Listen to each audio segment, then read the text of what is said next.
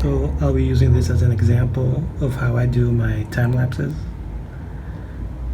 I don't have a very nice setup. I just use my 7-year-old iPhone. Any camera would do. And I just take a daily photo at the same angle once a day. So I try to take it from a top view since it's easier, or a completely side view. If you do it at an angle, it'll work, but it's harder to get the same exact angle from the first photo. So I try to do most of my time lapses from a top view. So here I would take the photo here, and I accumulate about a week before I start to fix the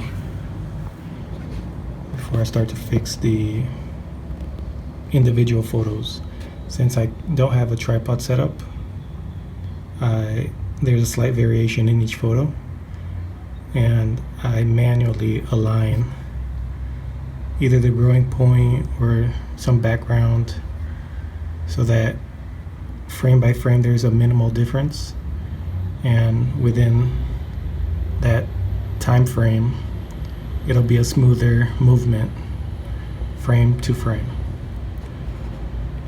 And for this one, again, I try to make a top view, and I try to align it by this growing point and this one if possible at the same time.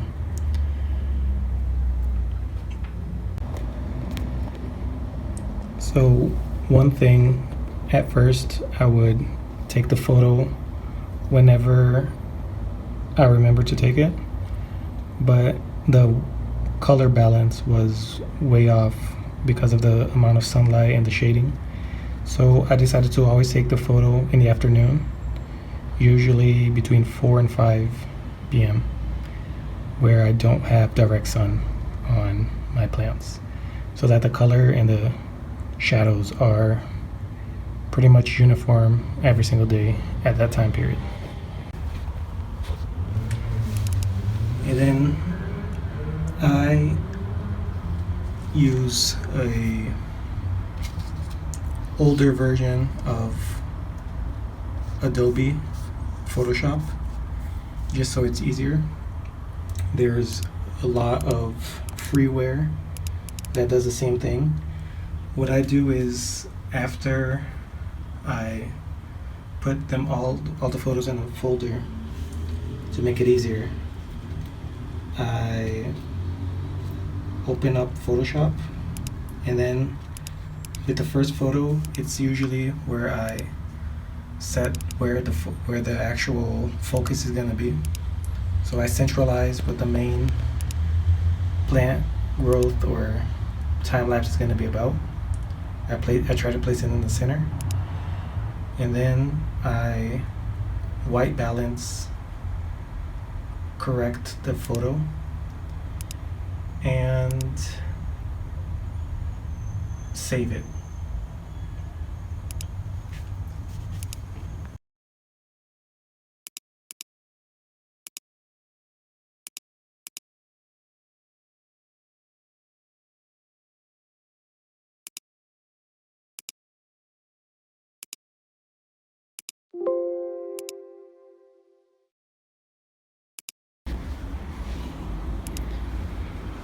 At this time, I already have the first photo that starts a time lapse, and then the subsequent photos, I first place it in a new layer.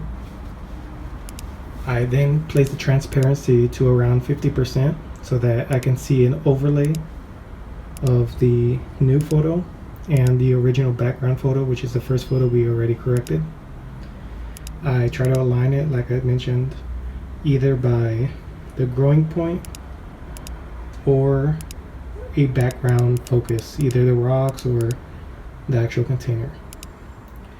After I align it, I put the opacity back at 100% so that I can't see it. I can hide the layer and then check if it has a minimal movement between the photos. And if I'm satisfied, I'll leave the top layer, the new layer, visible, correct the white balance, save it, and then on to the next one. And then this is a series that I do once a week. After a while, it gets much quicker. In the beginning, it took a few minutes each photo. Now I could knock out a photo maybe 30 seconds, which is a big help since I started adding more time lapses to my collection.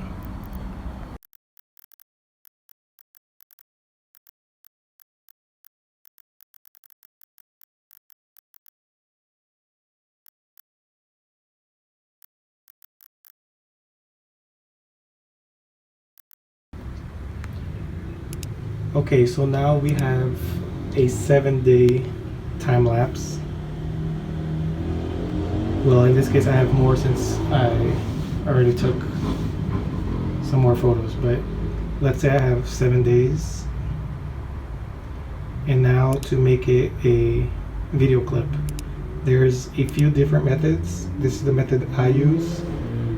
I also have an older version of Adobe, what is this? Adobe Premiere.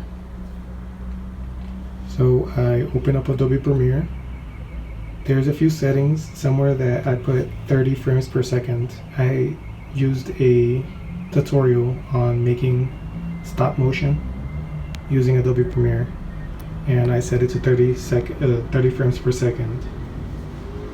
So when I put all the photos into the timeline, there is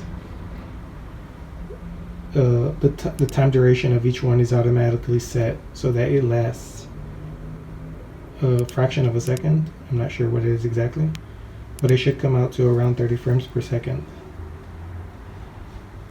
Sometimes it's a bit longer, but it's how it's set up, so I just leave it at that. And then I allow it to process the images, and I can see the smooth time frame, or the smooth time lapse. The longer it is, the better it looks. And from here, there's a setting to remove the image shuttering that happens since it's not on a tripod. There's going to be a difference between each image. So I go to the settings and I put a filter, which is image warp, and then I do a warp on the image to stabilize it. Initially I tried using a no motion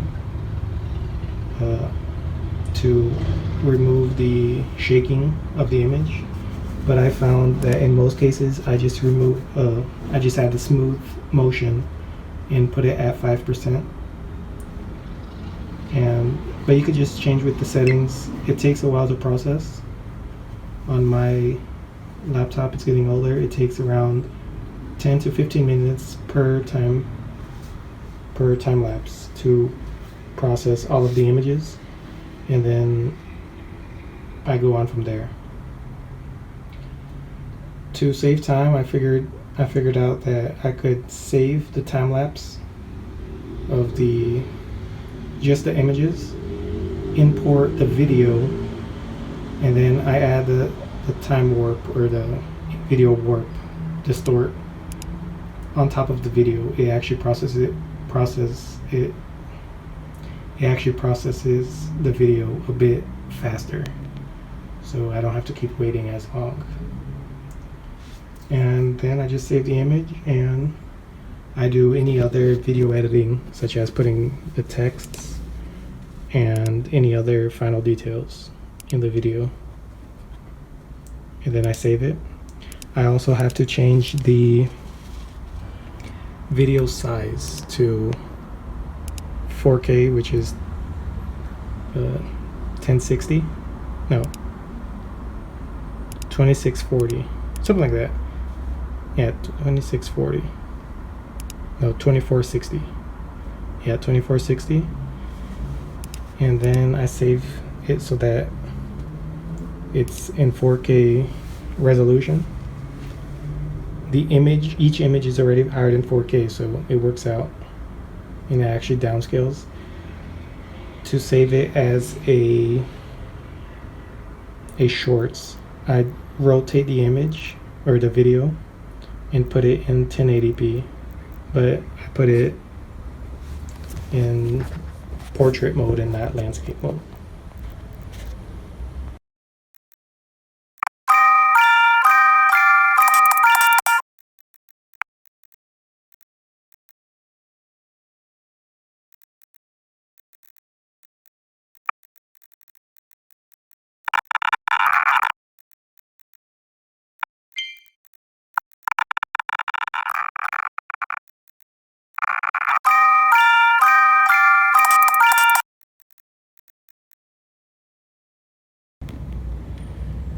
Então aqui eu só vou mostrar como que eu faço meus vídeos de time-lapse. Eu vou usar isso aqui como exemplo. O que eu faço é todo dia eu uso a minha câmera de um celular, já tem 6 anos, 7 anos. Não precisa ser nada especial. Você só tenta bater uma foto diariamente ou subsequente cada 2 ou cada semana, dependendo do seu tempo e a sua paciência. Você tenta bater sempre do mesmo ângulo. Eu tento bater de cima, que é mais fácil, ou de lado totalmente, que seja mais fácil sempre repetir no mesmo ângulo. Você pode fazer em um angular de 45, alguma coisa, só que é mais difícil você alinhar para bater a foto em sequência igual ou parecido. Se você tiver um aparelho de 3 pontos para estabilizar e sempre bater no mesmo local, você faz o que quiser. Eu tento sempre bater de cima, que é mais fácil. Aí manualmente, após ter umas 7 fotos mais ou menos, eu alinho cada foto um por um, alinhando através do ponto de crescimento ou o ponto outro ponto atrás da planta. Quando eu pego assim de uma quina, eu tento alinhar às vezes com a quina, mas muitas vezes eu alinho cada cacto individualmente. Inicialmente, eu batia a foto a qualquer momento que eu se lembrava no dia, às vezes mais cedo, às vezes mais tarde, e tinha uma grande diferença na iluminação, já que tinha sol pleno batendo, outras vezes tinha mais sombra. Então eu decidi, após um tempo de eu fazer isso aqui, bater a foto sempre à tarde, na faixa de 4 a 5 horas da tarde, que não tem um sol pleno e a iluminação vai sempre ser quase uniforme de foto a foto, a dia a dia. Após salvar as fotos e botar no computador, eu abro no aplicativo meu. Eu uso uma versão mais antiga de Photoshop. Tem vários aplicativos de imagens de graça que fazem a mesma função, já que não vai ser muito complexo. Aí a primeira foto é onde eu arrumo o foco principal do time-lapse.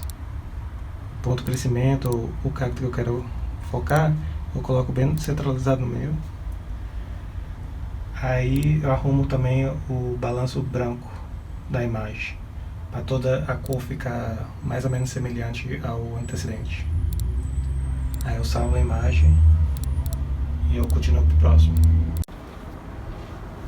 Então, após ter a primeira foto, que vai ser a base, eu coloco uma foto nova em uma fileira nova do aplicativo, e eu boto a opacidade a 50% para ficar meio transparente a imagem de cima, e vai ver o de baixo, que é o primeiro mais forte. Aí eu movimento a imagem de cima até eu alinhar o ponto de crescimento, ou eu uso jarro ou outro ponto fixo para alinhar minhas fotos. Após eu achar que está satisfatório, eu aumento a transparência de volta para 100%, para nós ser mais transparente.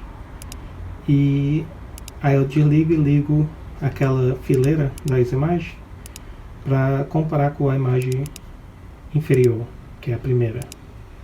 Se eu tiver satisfatório e não estiver movimentando muito da primeira imagem, aí eu salvo. Não, aí eu corrijo a balança branca da imagem, aí eu salvo a imagem.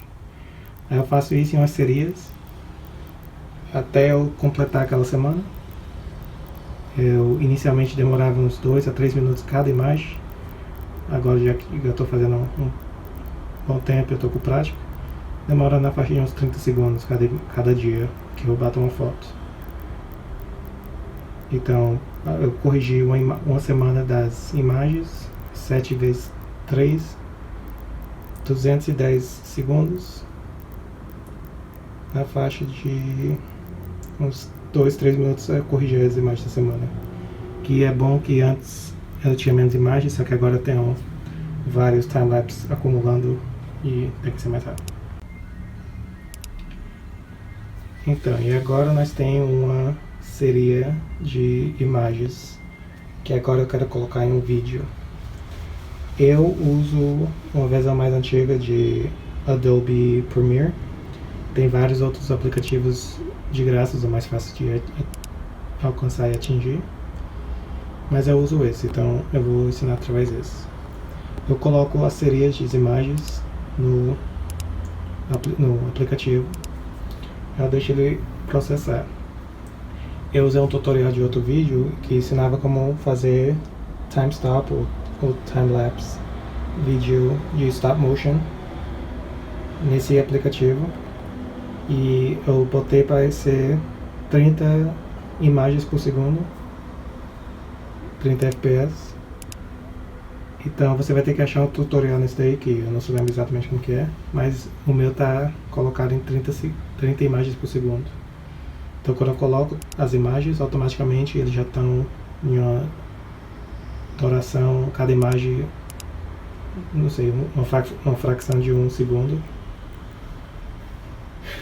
E eu coloco e você já tá para ver o vídeo já mexendo fluidamente. Ele vai sempre ter um pouco de pulos na imagem, já que não estava em cima de um tripod. Então, para corrigir isso, eu dou um filtro chamado Warp Distort. Aqui ele remove um pouco aquele pulo das imagens que acontece, já que as imagens não são perfeitamente da mesma posição.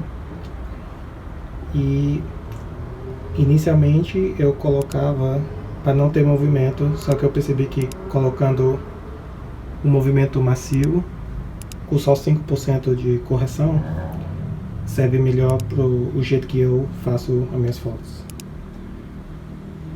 Isso aqui no meu computador, já que está também mais velho, demora na faixa de uns 10 a 15 minutos para processar as imagens.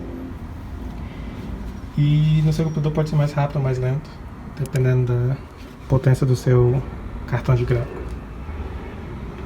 Após arrumar um tempo, eu percebi que eu primeiro salvando as imagens em um vídeo antes de colocar essa correção, e eu aplicando esse filtro em cima do vídeo, o vídeo é processado mais rápido. E agora eu faço isso. Então eu faço isso, eu salvo o vídeo. Aí após o vídeo tá processado, o filtro está bem macio, eu faço qualquer outra edit no vídeo que eu preciso, como botar texto, música e qualquer outra coisa que tem. Aí antes de salvar para produzir, para publicar, eu também tenho que alterar a resolução do vídeo. Eu boto a resolução de 4K, já que a imagem, cada um é maior que 4K. Aí eu faço qualquer ajuste que eu preciso no vídeo e eu salvo após estar completo em 4K. Aí para colocar no Shorts, eu reduzo mais ainda a resolução do vídeo para 1080 e Eu também não boto no formato deitado, eu coloco em pé, estilo portrait, para ficar mais bonitinho no celular. E aí, bem, só isso mesmo, tutorial de como eu faço meus timelapse.